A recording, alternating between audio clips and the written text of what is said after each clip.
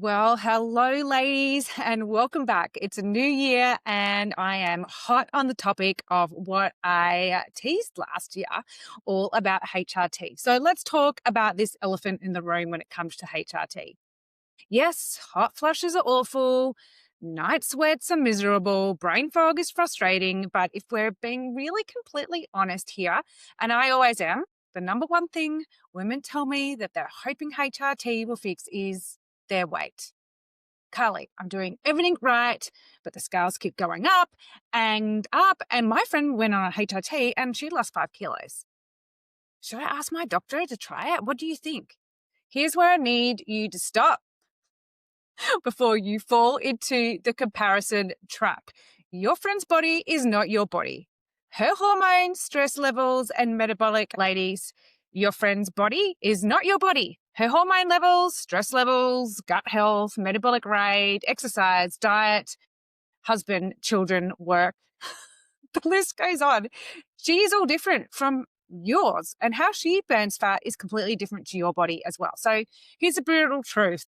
Ladies, nobody is telling you that HRT is going to be the magic solution for weight loss. In fact, one of the largest systematic reviews of HRT by the Cochrane Institute found that HRT has no effect on body weight beyond what typically happens in menopause anyway.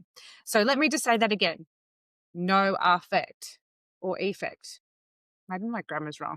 Anyway, you know what I'm saying. It doesn't work. It doesn't work for weight loss.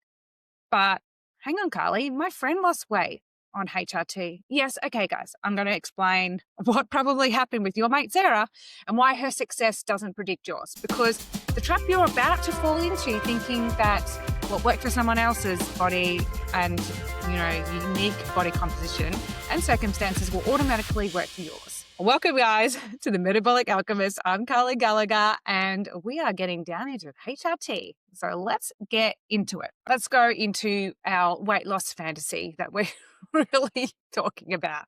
What do women really want from their HRT? Let me paint you the picture of conversations that I have every single day in my clinic. Women come in their 40s and 50s with a laundry list of symptoms: hot flushes, mood swings, brain fog, sleep issues, low libido. But then she adds, almost apologetically, and I've gained 8 kilos in the last 6 months, even though I'm eating less and exercising more. And so she's been to her doctor, and her doctor said, oh, well, you're perimenopausal, so how about we try HRT? And the woman thinks, perfect, that's going to fix everything, including my weight, right? 3 months later, she's back. Hot flushes are a little bit better. Yep, she's sleeping slightly better, maybe less irritable, but there's been no change to her weight. In fact, she might have actually gained a bit more weight, which is more common than what I see. So let's talk about the research. The research reality check here, guys, is the full picture, and I'm not cherry picking here. Most of the studies show no weight loss effect.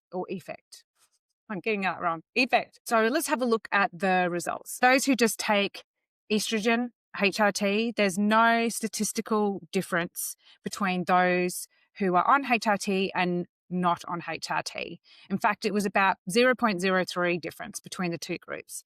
Those on a combined HRT with estrogen and progesterone, also no significant difference, about 0.04 between the two groups. So in essence, there's no significant difference in BMI at all.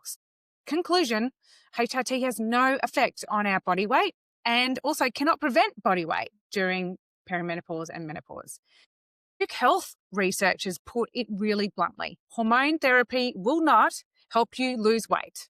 Estrogen impacts where your body distributes its fat, and it doesn't necessarily cause you to gain or lose weight.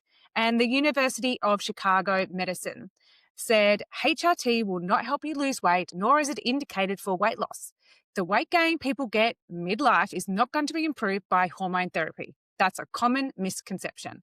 So I don't think we can really argue with those results. They're coming from peer-reviewed major publications around the world. Now, yes, some studies will actually show some small changes, like the Danish osteoporosis prevention study, who measured women on HRT, gained 1.94 kilos over 5 years compared to non-HRT women, which were about 2.57 kilos over the same period. So that's a difference of about half a kilo over 5 years. Nothing groundbreaking there, guys. I don't think it's worth jumping on the HRT train for just that half a kilo. We want to have real results, right? Study showed fat loss of 2.1 kilograms after 3 months, but this was combined with a diet approach. So that's the catch, ladies. Here's what every single positive study has in common. The women who lost weight on HRT also followed a specific dietary intervention, had a particular exercise routine. Now, here's the other side of that whole story. And this is what the science studies and the reports don't actually show, is that women gain more weight on HRT, not lose it. Yes, they actually gain it. And this happens in a very specific pattern. Women with a history of estrogen dominant conditions, so anyone who has endometriosis, fibroids, migraines, on HRT without hormone testing first, these women often have already adequate or excessive estrogen in a ratio with their progesterone anyway. Their real problem is poor liver detoxification pathways. When you add more estrogen through HRT to someone who's already got enough estrogen, you create this inflammatory cascade. Excess estrogen drives inflammation. Inflammation worsens insulin resistance, and you accelerate that fat storage, especially around the middle. So this is a real case that I had recently. This lady came to me with weight gain issues. When I had a look at her medication she was on, the only one that she was on was HRT. And I asked her about why she went on HRT in the first place. Some of it was around hot flushes, energy, but mostly her biggest problem was weight gain. When I looked at her medical history and her hormone levels, she already had quite a lot of estrogen. Her periods had stopped, but she obviously was going through a different hormonal impact. It wasn't menopause. And because the doctor didn't test her sex hormones prior, she was just put on HRT without understanding the downstream consequences. She gained 5 kilos. Her hot flushes didn't necessarily improve. Her brain fog actually got worse. So what did we do? Well, I took her off HRT. We focused on fixing her gut, giving her the right exercise, fixing her nutrition, but most importantly, supporting her liver detoxification pathways. These are the ones that are managing hormones anyway. And they're also managing our insulin levels. The result is she actually lost 5 kilos in the first month. And then she lost another 3. And now she's almost 12 kilos less over a 6-month period, all by just removing the HRT and actually focusing on the areas that she needed. She didn't need HRT. She needed her liver fixed. She needed her foundation fixed. You wouldn't prescribe medication to someone without proper testing. So I am really baffled at why HRT is being prescribed unchecked. Now, the research says HRT doesn't cause weight gain on average, but for women with adequate estrogen, poor liver detoxification, and maybe poor insulin receptivity, it absolutely can drive inflammatory insulin cascade. So your friend's HRT success isn't your blueprint. Here's where we need to have that really important conversation about comparison. If your friend raves about how she lost 5 kilos on HRT and her hot flushes are gone and she's sleeping better and she's feeling amazing and you think, this is exactly what I need, I want you to stop. Her body is not your body. Her gut health, her metabolism, her insulin sensitivity, all of those things are different with every woman. What actually happened with her is that maybe that HRT improved her sleep, which gave her more energy to exercise. Feeling better meant she meal prepped on weekends and was able to exercise. Her HRT helped her symptoms, and that allowed her to do the work. The weight loss came from the work, not the hormones. And here's what nobody is basically telling you. If Sarah had addressed her cortisol and her insulin resistance first, she might have resolved many of those symptoms without HRT. So yes, look, HRT can help, but it's not a one-size-fits-all approach. And if you're suffering from severe hot flushes or debilitating night sweats and are destroying, the quality of your life, HRT absolutely has a place, and it can reduce these symptoms if no other natural remedy has been able to address that for you. They can improve your sleep, help you feel better in yourself, give you more energy. And for some women, without HRT, they wouldn't have had those life-changing symptom improvement. But here's what I don't want you to fall into. HRT magically doesn't melt your weight. It doesn't fix your insulin resistance. It doesn't lower your cortisol. It doesn't heal your gut. It doesn't address the foundational metabolic issues. The smart approach I want everyone to start thinking about is, instead of thinking I need what Sarah's having, I'll let you think, my body needs me to figure out what's driving my weight gain and my symptoms. And that starts with addressing cortisol, which I talk about in every single podcast, and that insulin resistance, not comparing yourself to somebody else's completely different body.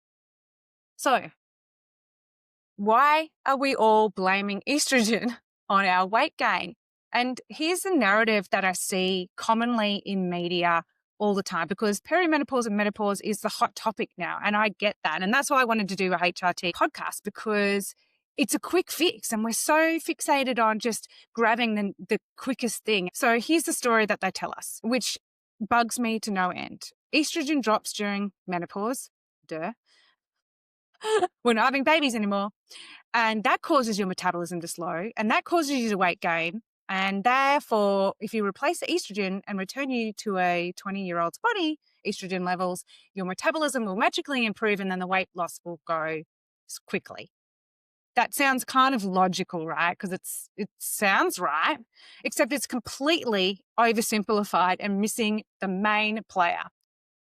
Yes, estrogen declines, but it's not the conductor of your hormonal nightmare, guys. Cortisol is, and I'll keep coming back to it, the cortisol insulin death spiral. Let me explain what this is actually doing in your body. Again, stage 1 is perimenopause triggers this cortisol elevation. And we've actually been able to measure this. A researcher from the Seattle Midlife Women's Health Study found that cortisol increases as estrogen declines during perimenopause. And why? Because estrogen and progesterone fluctuations trigger a heightened stress response in your body. Your adrenal glands go into overdrive, and here's where it gets worse. Modern life, family, kids, husbands, everything. It's already keeping your cortisol levels chronically high anyway. Throw in all that extra 10,000 steps that you're doing on top of boxing, spinning, running, under-eating, eating too many healthy foods. Essentially, your body can't tell the difference between I'm running from a tiger and I have 47 unread emails and my teenager just failed maths again. That's me. Stage 2 is that elevated cortisol drives insulin resistance. Here's that metabolic disaster that cortisol creates. Cortisol triggers your liver to release glucose, which is blood sugar. And because your body thinks you need energy to run from that tiger, but your body's not running, you're actually sitting at a desk or on the couch or whatever. So that glucose just hangs around in the bloodstream, and your pancreas sees high blood sugar and releases insulin to deal with it. But cortisol is inherently antagonistic to insulin.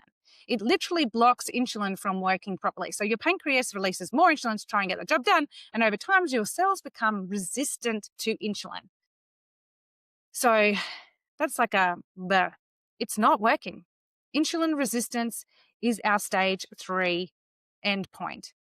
Once you're insulin resistant, your body becomes a fat storage machine. High insulin blocks fat burning. You're literally locked out of your fat stores. High insulin increases hunger and sugar cravings, especially for healthy carbs. High insulin causes inflammation. Inflammation makes insulin resistance worse, and this creates a vicious cycle, weight gain around the belly. And here's that knockout punch. Research shows that perimenopausal women can experience up to 20 to 30% decline in insulin sensitivity, even without significant weight gain. Their weight gain amplifies this effect exponentially, essentially. Now, estrogen does play a role, but not one that you have been told. Estrogen normally enhances insulin sensitivity in muscle and fat tissue. It also helps maintain muscle mass, support healthy mitochondria, your cellular energy factories, and it also regulates hormones. So when estrogen drops, yes, these systems can be affected. But estrogen decline doesn't directly cause insulin resistance. What happens is this. Estrogen normally acts as a buffer against cortisol effects. It helps balance cortisol and support insulin sensitivity. But when estrogen drops during perimenopause, you lose that protective buffer. And now cortisol can come in and wreak havoc unchecked. And the research is clear on this. As women shift from perimenopause to postmenopausal status, hypoestrogen worsens insulin resistance, which is also triggered by the slow but progressive cortisol increase typical of our aging. Translation, it's not just the estrogen drop, it's the cortisol elevation and the estrogen used to keep it in check. Why HRT doesn't fix this? So you might be thinking, okay, if estrogen is dropping and I can help buffer the cortisol and then support insulin sensitivity, then why doesn't replacing estrogen through HRT work then to fix that insulin resistance? Theoretically, maybe a little bit, but here's the problem. HRT doesn't address the root cause of the elevated cortisol. You're still chronically stressed, not sleeping enough, over-exercising, under-eating, eating too many carbohydrates that spike your insulin. You're dealing with gut inflammation, carrying nutrient deficiencies, other hormonals up and down, maybe exposed to chronic stress from modern life. Adding estrogen back in is like a small band-aid on a gaping wound. Yes, it might help slightly with insulin sensitivity, but if your cortisol is still chronically elevated, you'll still remain insulin resistant, and then you will not lose weight. So let's get into why fixing cortisol fixes everything. Here's what I see in my practice over and over. Women come in struggling with weight gain, hot flushes, sleep, brain fog, all the stuff that I talked about. But I don't jump onto HRT. No, instead we fix her cortisol and her insulin resistance first. And we do this through a very targeted process. We're restoring cellular hydration. This is called electrolytes, guys. It's not just water. It's not coconut water. It's not salt in some water. It's not some magnesium and salt in your food. No, electrolytes are a specific combination of magnesium, potassium, sodium, chloride. You can go back to my electrolyte podcast and listen to that. So we're going to fix cellular hydration. We're going to implement a strategic feeding window. So we're going to eat during the daylight hours. This is going to allow our body to go into ketosis overnight. That's going to help reset our insulin pathways. We're going to get into the Goldilocks zone. So this is not eating too lower carbs, not eating too higher carbs. This is our target, 60 to 80 grams a day daily. We're going to do rest-based training, not chronic cardio that elevates cortisol further, constant wearing and tearing on the body. No, we're going to do rest-based training, which is all up my alley. We're going to support adrenal function. We're going to fix and heal the gut by removing inflammatory foods and giving it more love. We're going to optimize sleep, getting to bed early. We're going to work strategically on removing things from your stress bucket. Check out podcast number 2. And you know what happens after 4 to 6 weeks? Well, the hot flushes reduce by half anyway. Your sleep improves dramatically. Her energy will return. Her brain fog's cleared thanks to the Goldilocks zone. She starts losing nearly a kilo a week anyway. And when that happens, mood stabilizes without a single HRT replacement in the mix. Why? Because all of those things address the root cause, cortisol-driven insulin resistance. So get a pen and paper out, ladies. Let's take down my 6 steps to fix cortisol insulin resistance. Let me give you the exact protocol that I use with my clients. Step 1, get a good electrolyte. So I don't want you to go out there and get a commercial Powerade, Gatorade. I want you to go and find a good one. The one that I use the most is called Sodii, Sodii, and it's got the exact combination of minerals to provide the right rehydration at a cell level. So get an electrolyte in every single day, regardless of whether you exercise or not. Step 2, let's fix that insulin resistance with the right strategic nutrition. This is where the magic happens, guys. The research is very clear on what works for perimenopausal insulin resistance. The carbohydrate sweet spot, 60 to 80 grams. This keeps you in fat adaptation longer because we're elevating the need for fats and proteins over healthy carbohydrates. That prevents insulin spikes. It reduces cortisol responses to blood sugar fluctuations. It keeps you fuller longer, maintains metabolic flexibility, and all those increased healthy fats from avocado, olive oil, MCT oil, grass-fed butter, coconut milks, coconut yogurts, all of that healthy fats that we've been demonized on for decades.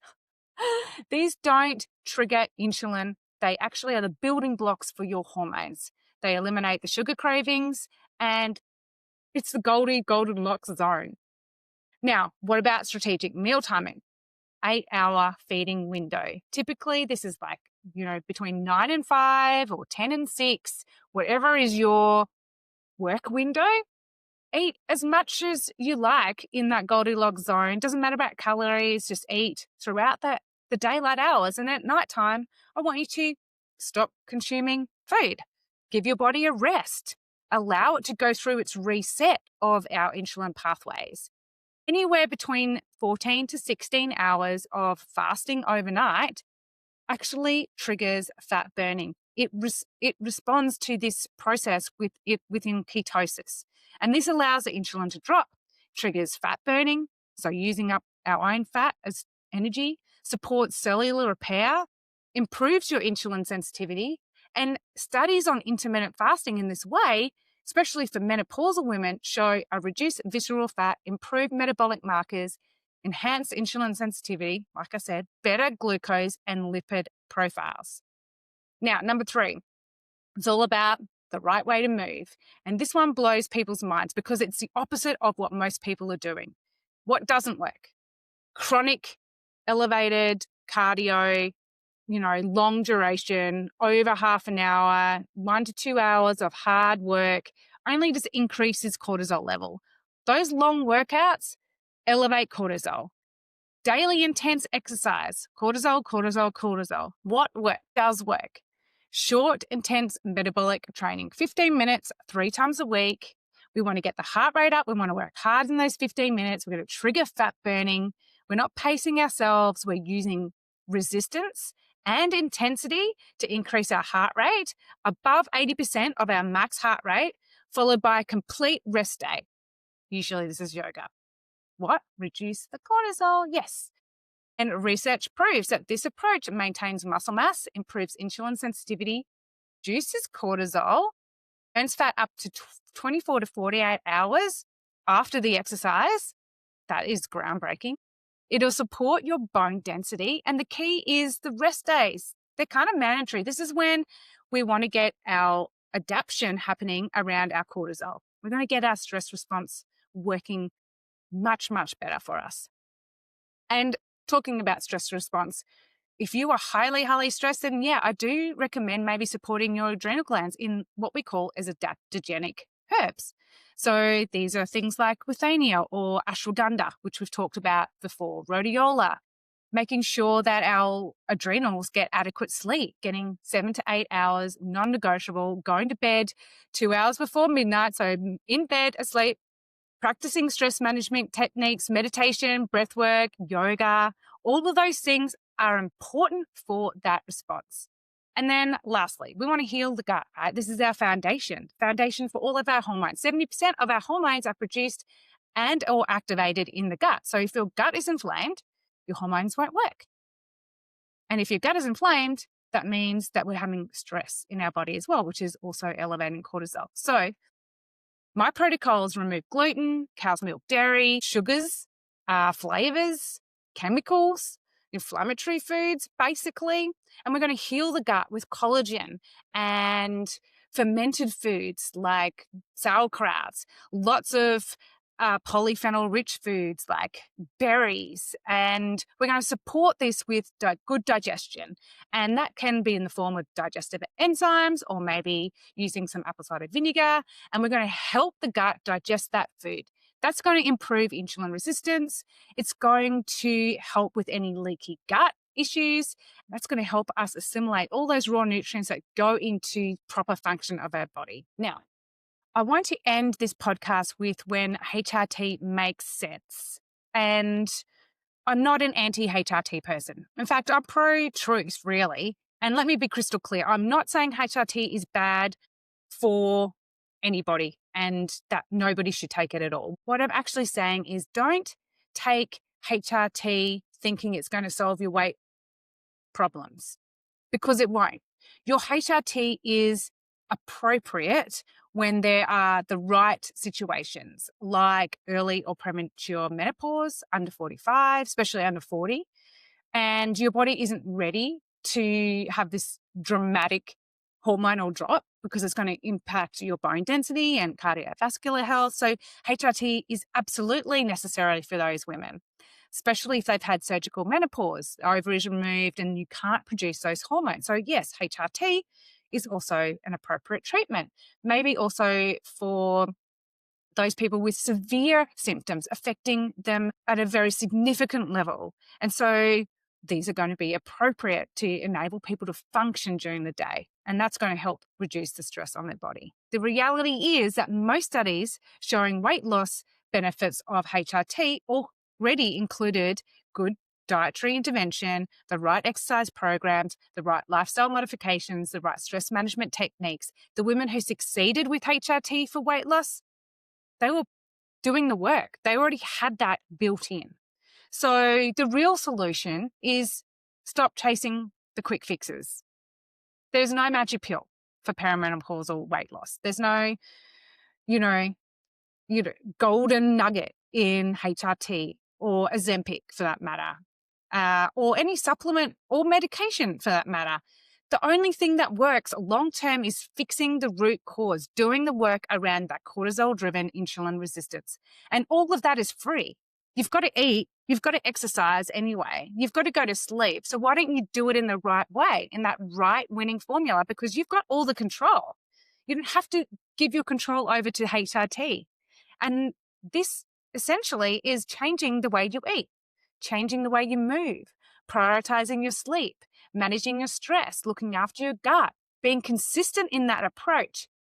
I know it's not sexy. It's not, that quick fix that's immediate, but it does work and it will set you up for life. That foundation, that first approach is exactly what I teach in my metabolic methodology. So look, in closing, I get it. You're tired, you're frustrated, you're doing all the right things, but nothing's working, and the weight gain keeps on creeping up.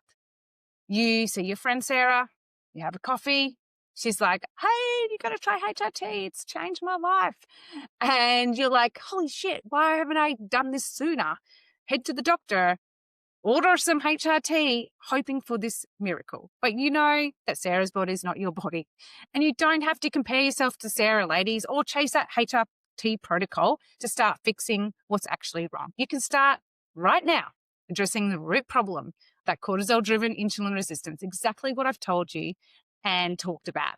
And if you're ready to stop comparing yourself to your friends and start actually doing the work, addressing these, then why don't you join me in one of my programs, working one-on-one, where I give you the tools, I give you the exercises, I give you the stress adaptation, I give you the Goldilocks zone meal plans, because no one's telling you the answer to your weight gain isn't copying somebody else's protocol. It's actually understanding your own unique body and fixing it, and that is the cortisol and insulin.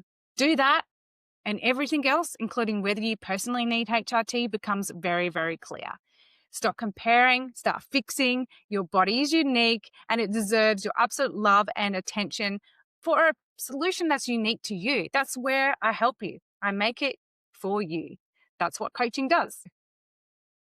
Thanks for listening, guys. Don't forget to like and subscribe for the next Metabolic Alchemist podcast. Until then, let's get to work on that body, not somebody else's. And that's a wrap. Phew. If something clicked for you today, I've got all the links to my favourite products, supplements, and exactly where to buy them waiting for you in the show notes. No hunting required. Want more personalised support? I totally get it. This journey can be overwhelming when you're doing it all on your own. Whether you're ready to jump into my one-on-one coaching programs or test it out first in my online metabolic flash course, I've got your back. Just head to the show notes for the links to those pages or my website, inner-alchemy.com.au, and let's turn those frustrating symptoms into your comeback story. Because honestly, the best version of you isn't in your past. She's waiting on the other side of these new rules. Until next time, remember, work smarter, not harder. Thanks for sticking around. I'll see you in the next episode.